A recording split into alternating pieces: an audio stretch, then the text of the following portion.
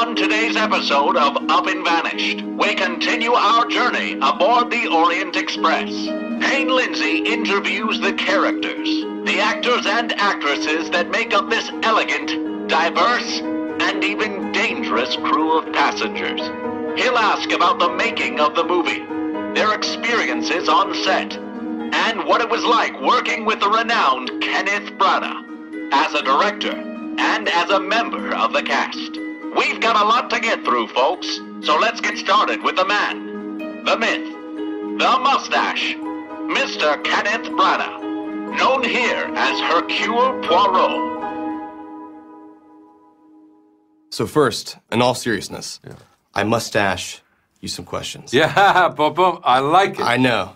I just thought of it, I was like, I have to say it. Yeah, no, nice. Anyways, the first real question. Yeah. Do you mind if I use that at some stage? Yeah, just do it, yeah. Okay, I was in the hallway, you. I was like, I must ask him some questions. Describe this movie in one sentence for me. A dark murder mystery set on a train. Why do you think this story has stood the test of time so well?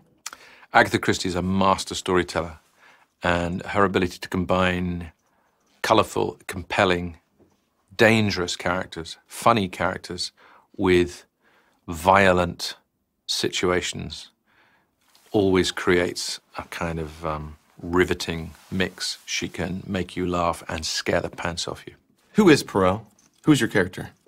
Hercule Poirot is a Belgian. He was born in Spa in Belgium. He was in the Belgian army. He was in the Belgian police force as a star detective. He is a man of singular habits.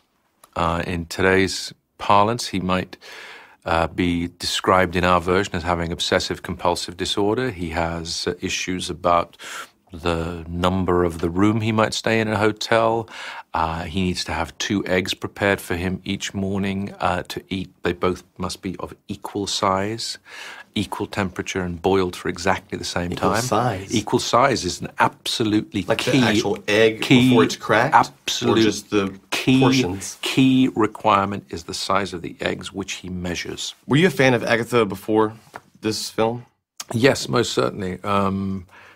For all sorts of reasons, really. My mother was a great reader of detective novels and Agatha Christie. They were around about in the house. My mother took to reading very late in life, but once she went for it, it felt like there was no detective novel she hadn't read, and she was very, very impressed by Agatha Christie. So the name and the titles were around in the house in my adolescence, I remember. So I began to take notice when the film and theatre adaptations came along. I began to realize she was a real person and she was alive at that stage, and then the Murder on the Orient Express from 1974, the Sidney Lumet film, I was very aware of. And even then, I was astonished at the output, this gargantuan output, that she was very honest about. Latterly, I understood. She just said some books I wrote weren't very good. I just had to keep writing. I had to earn money. I had to keep writing.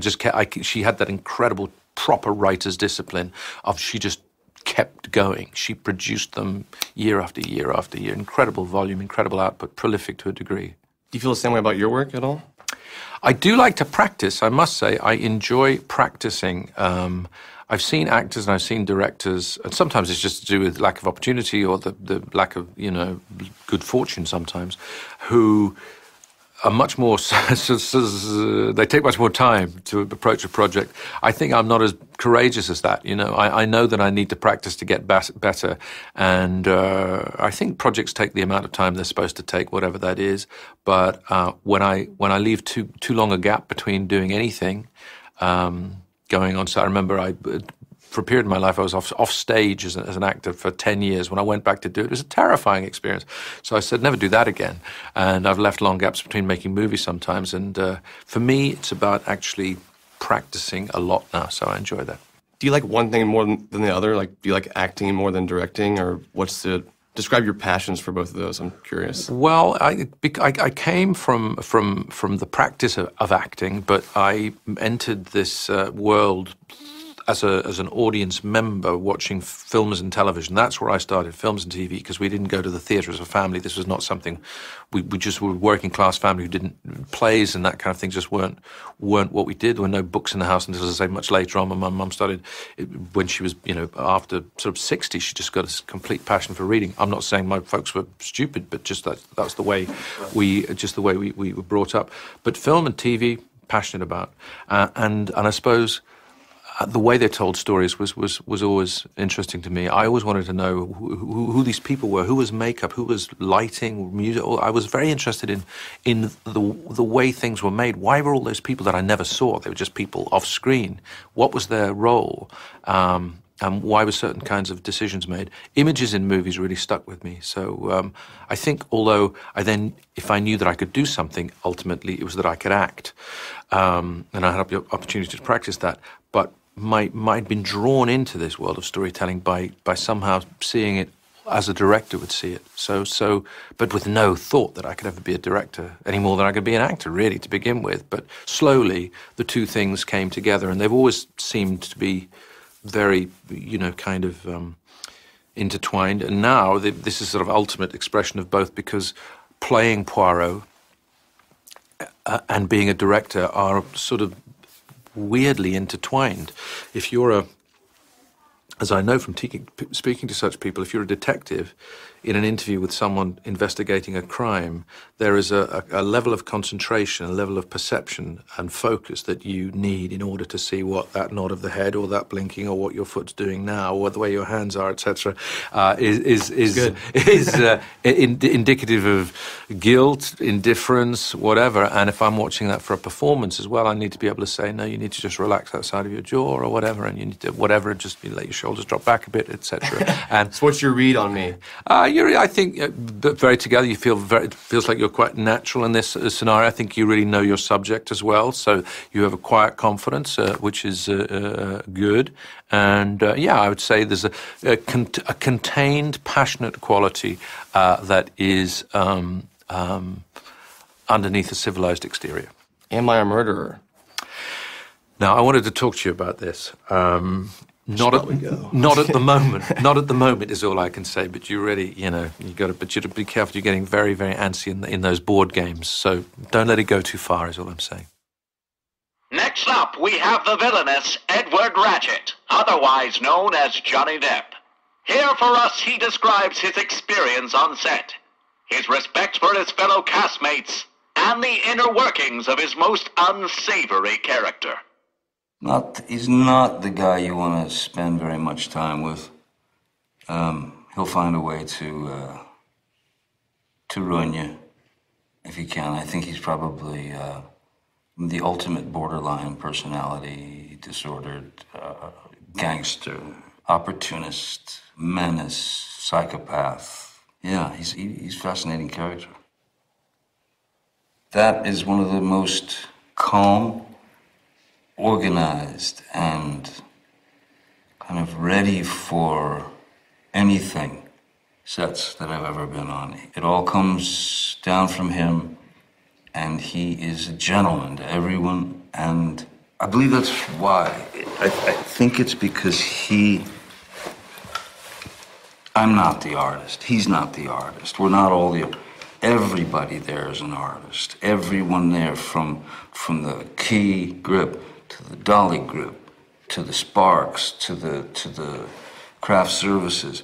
He's that type of man. So the set itself is so open, yet closed as well, and intimate when necessary. But he allows people to be, and I think that's one of the best things, is that he allows people to be, allows them to do their job to the best of their ability, and that does everything in terms of having a set that's conducive to creative sparring, searching, wrenching out something absurd to get a certain reaction off someone. So basically what I'm saying is, like, you have the opportunity to try anything. I'd been on the Orient Express before, and it's almost exact. I mean, it pretty much is exact. It still has that sort of that class. It was, that class, that elegance, it was really, that was quite something. I'd die in the eyes of Judi Dench. I worship Judi Dench and have done for a long time, and had the opportunity to meet her and work with her on Chocolat many years ago. And I thought, Dame Judi Dench, and my God, her work in the theater and her work, her work is impeccable. She's just purity. She's the real thing, and it's incredible. It's an honor to be in the same proximity as someone as filled with gifts and talent and everything. Stardust, man. She's stardust. But what about his thoughts on Detective Poirot's facial hair? My God, what a mustache. It's like a double mustache, but it is so genius, and he could have done the classic Poirot mustache, but he did not, and I found that. I applauded that immediately. Now it's time for the beautiful, the illustrious Penelope Cruz, playing Pilar Estravados. Why do you think this story has stood time so well? It is so well written, and it is so full of layers, and it is so complex, and every character is so rich and good material. Like, that's the base of everything. And you have that book, you have that script. From there, you can build something really special. If you don't have that, it's not going to happen later on the set. I don't believe in that. Were you a fan of Agatha Christie before this movie? Yes, of course. I think everybody, no? I think she's an incredible author. And also the movie, I saw it a long time ago, so then I saw it again because I didn't really remember. I think I was a teenager when I saw it. Yeah.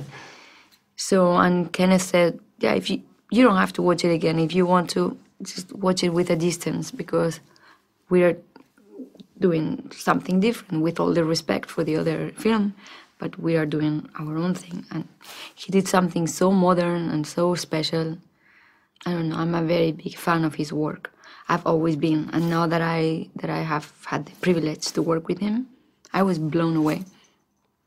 As an actor, as a director, I think there are only a few people in the world that can handle that amount of pressure, of multitasking, with things that require so much. Like, each one of the things that he was doing requires so much concentration, so like even 100% and more. And also answering questions to every department for the whole day, for months and months and months. It's like an athlete, in a way. It's like an incredible sprint that lasted so long, and is still going because he's editing. I admire very much the people that can do that, acting and directing at the same time, going in and out of that fiction, like that beautiful dance. They make it look so easy. It seems really difficult. I can't imagine. I think it takes a type of personality to be able to handle that, and it's really, I admire it so much.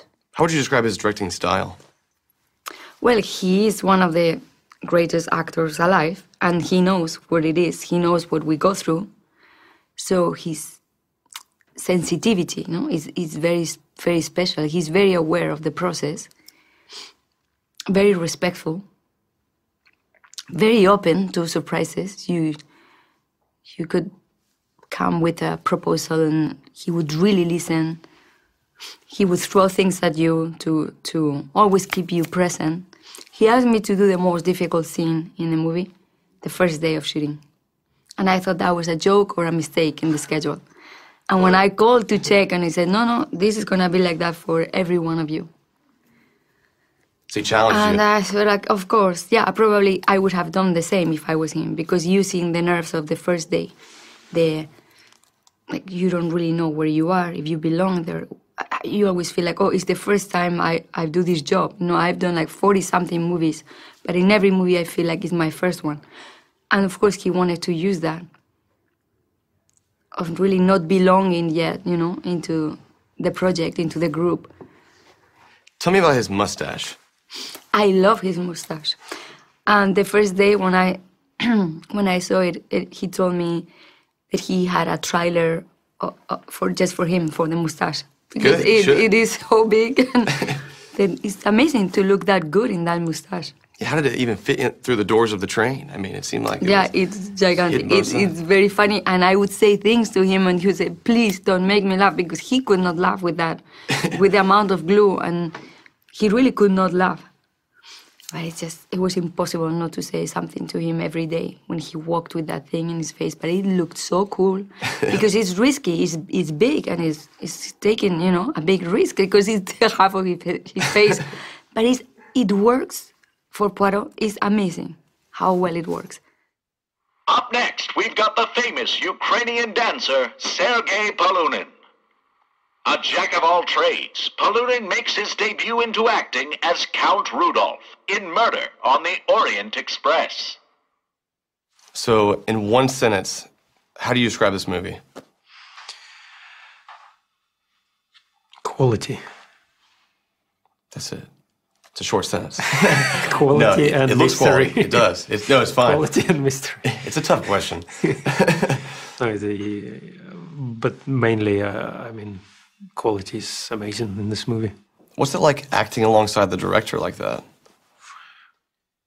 I was really watching Kenneth, and I realized that he has this power of absorbing everything around him.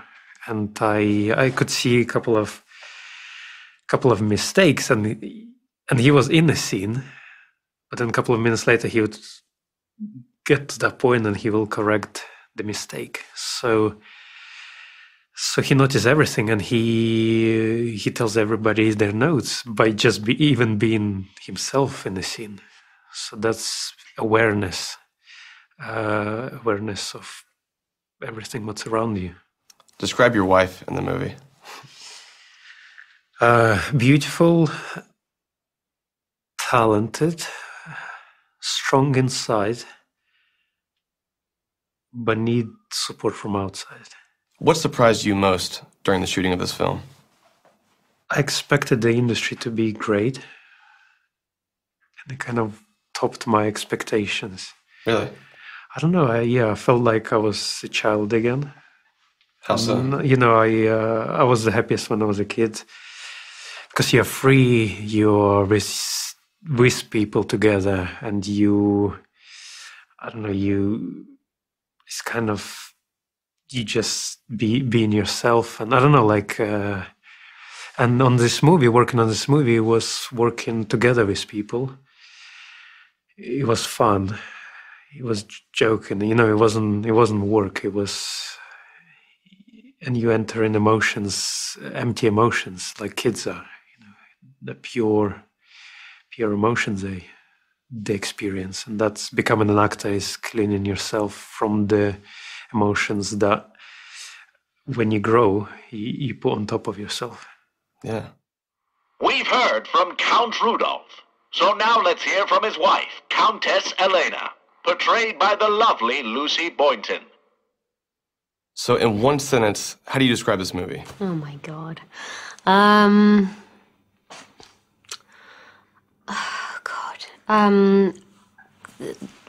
A timeless whodunit that is an ode to the past of Agatha Christie. What is it like acting alongside the director like that? It's a really incredible experience to watch him work. I always love working with directors who have experience acting as well. It means that they know the kind of emotional place that you're coming from, but also have the overarching view of the director as well. So you kind of get the best of both worlds. But then, watching Ken do his best work as Poirot and then come over to us and go down the line of all 16 of us giving such precise direction, such precise and lucid direction. It's just astonishing that he has that much awareness. Is Kenneth the director different than Kenneth the actor? Yeah, Yeah, actually, that's a really interesting question. I would say Kenneth, the director, is really fun and easy to be around and very enabling and encouraging. And Ken, the actor, is more intimidating. I suppose Really? that was just Ken as the character, Poirot. Yes. Yeah, that's the heavy influence of Poirot as well. Okay, what's up with the mustache? And the mustache. Do you dig it or no? It's pretty intense. It is very intense. Of course I dig it. Who doesn't? Who couldn't? I mean, if I could grow one like that, I totally Exactly. It's pretty impressive. Who is your character in this film? I play the Countess Andreni, and she is a very mysterious character. She is an ex-ballerina come nocturnal person, and she has a really beautiful relationship with her husband, the Count, and you see that develop throughout the film and kind of explained more the way that they are so beautifully connected and dependent on one another. But she's definitely a very forceful, powerful person. How does she feel about Poirot? Just in her life, she's a very guarded person. She is silently powerful, so with anyone who comes into her space like Poirot does, especially under the circumstances that he does, of such a harsh interrogation, I think very guarded. And in the scene where he does interrogate her, you see more of her sense of humor as well, the way she plays with him and toys with him. Yeah. The versatile and dauntless Willem Dafoe plays Gerhard Hardman in this dramatic crime thriller. Here he is now with his take on the making of the Orient Express. So, how do you describe this movie in one sentence? Oh. It's not a whodunit, it's a howdunit. What do you mean? Well, I think anyone that knows Agatha Christie and knows this Murder on the Orient Express knows who did it. So really the game for the viewer is to see how it gets revealed, and you're kind of led by Poirot through the story. That's the game. That's the fun. What's it like acting alongside the director like that? It was really a good experience because, and you got to remember that Poirot conducts the investigation.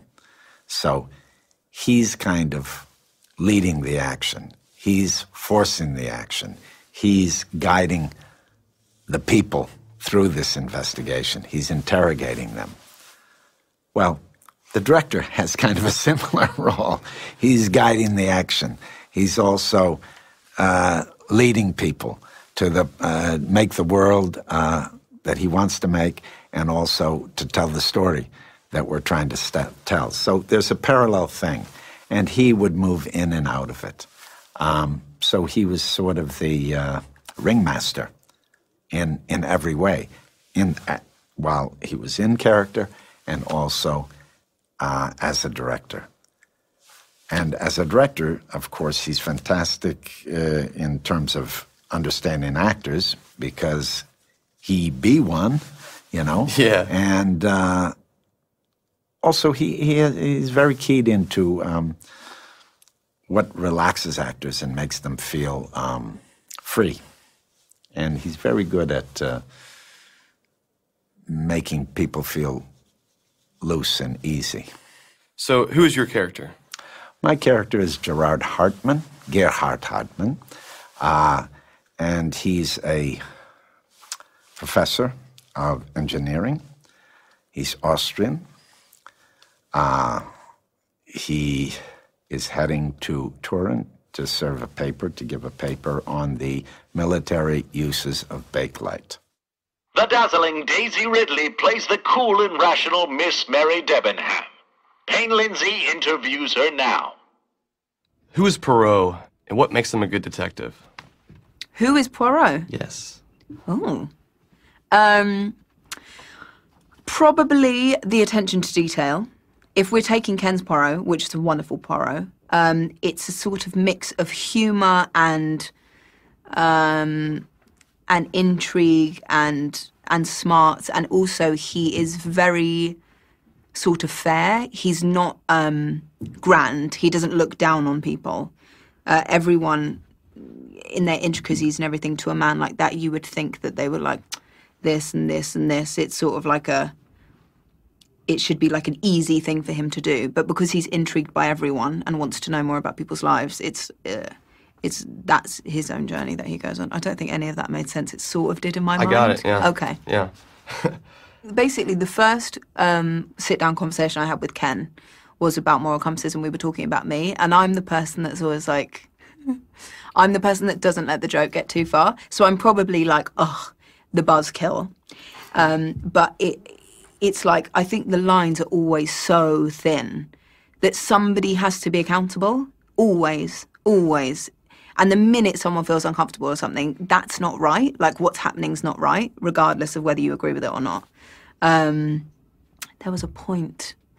So the moral compass thing. So I think it's interesting. And doing this film, you start off thinking one thing about what would I do if I was in this situation, and then you add all these other things in, and you think, what would you actually do? Because we don't know that time personally. We don't know that place personally. And I certainly don't know anyone, the things that are uncovered. I've never been privy to something like that. So how do you actually know? So to see 13 people's perspectives as to the crime, and Poirot, I guess, being the true moral compass, is you cannot take revenge in that way. It's not okay. But then you have, other people who would say you can, and so I think that's why, again, this film, I think, will appeal, because it's like a psychological sort of drama in that you're coming to understand why people make the decisions they do. The hilarious Josh Gad plays Hector McQueen and leaves us floored once again. Let's hear what he has to say. Is there a difference between Kenneth, the director, and Kenneth, the actor? I mean, the difference is fundamentally driven by his purpose in both positions, right? So the similarity is the level of expertise he brings to both. As a director, he is so giving because I think coming from as a performer, he's able to speak the same language. What I noticed about working with him is he sort of guides everybody differently. So the way he'll direct Johnny Depp is different than the way he'll direct Dame Judi Dench, which is different than the way he'll direct Daisy Ridley, which is different than the way he'll direct me. And for each one, I think he's able to isolate that which the performer will easily understand and relate to, and he's able to pull out greatness by relating to them. As an actor, again, he's giving, but in a completely different way. It's just about that, I think, that theatrical background, that listening, that selflessness, that ability to let you as the performer do your thing, and you never feel like, Branna's trying to steal the spotlight, which he can easily do. It's this give and take that's so incredibly intoxicating to be around, because you just want to do your best. You want to please him. Does he feel like he's directing you as he's acting with you? No, never. No? No. He's very good about sort of doing both simultaneously, but it never feels like one is overcompensating for the other, if that makes sense. There's always, when he's playing Poirot, he's playing Poirot. He is in the character. And when he's directing, he's in the position of the director, and that's what he's about in that moment. Awesome. Describe your character to me. So, much like all of the characters on the train, Hector McQueen seems to be one thing. In this case, he's an accomplice of Ratchet, played by Johnny Depp. He's a secretary. He's got a keen eye for art and an amazing sense for finances, which proves to be very useful. But at the same time, like many of the passengers on the Orient Express, things aren't quite what they seem with him. He's got some secrets, perhaps, and the deeper the train goes, the deeper we sort of see his real soul revealed. And I think that's what's so fun about playing these characters is they're so complex. Each one of them appears to be one thing, and then you sort of peel the layers off and you start to see other flavors. And now, from Guadalajara, Mexico, the one, the only, Manuel Garcia Rolfo. How you like playing something from like a character from a different era like that? Oh, I love them, and I think it's always fun, you know, to travel to that, and especially on this kind of productions where they build, you know, the set. It's, you know, you go into the train and it's just overwhelming how good it is, and of course you're working with these actors that they're amazing, you know, and the wardrobe and everything. It really it's kind of easy. What I'm saying is kind of easy to transport to that era, because of the set and the actors and the wardrobe, and but yeah, it's always fun, of course. Yeah, the train looks beautiful too. It's beautiful, man. Yeah. What's it like acting alongside with the director? For me, it was the first time experience to work with a director that's also acting in the film, and it's also the lead in the act. So it was, I remember my first scene being kind of thrown off, because it was like, you know, I had a scene with Kenneth, and you know, and your camera is on me, you know, over the shoulder on him, and you're playing with him, and I got a little self-conscious, because you don't know if he's watching you with the director eyes. That's what I was curious about. Or with the character eyes, you know. So it was like, oh shit, is he judging me as a director, you know? But then he's such a good actor that, you know, then he's in character always, and then it becomes easy. But at the beginning, it was kind of hard. It was my first time, you know, that an actor directs me, but it was cool. He's amazing. Who was your character in this film? His name is Beniamino Marquez. He's an immigrant who has this, you know, the American dream, and traveling from Cuba, and he has kind of like a little dark past he has. So he travels to America with this big dream, and he conquers it. Like, he becomes a very successful auto dealer. You know, he sells cars, and he has like a lot of shops, and he becomes very successful. And you know, but there's always this the dark history in the back of his head. You know, it seems like everyone is not exactly what they seem in this movie. Yeah, of course. I mean, that's the beauty of it. You know, you never know. It's real mystery. Yeah, the real mystery. You never know who did it, and the way you know, kind of. I haven't seen the film, but remembering what he did, it's very interesting how he became like a game, you know. Yeah. What a star-studded ensemble! Such brilliance, such talent. Folks, you don't want to miss it. Murder on the Orient Express comes out today, November 10th. Style, suspense, and a story.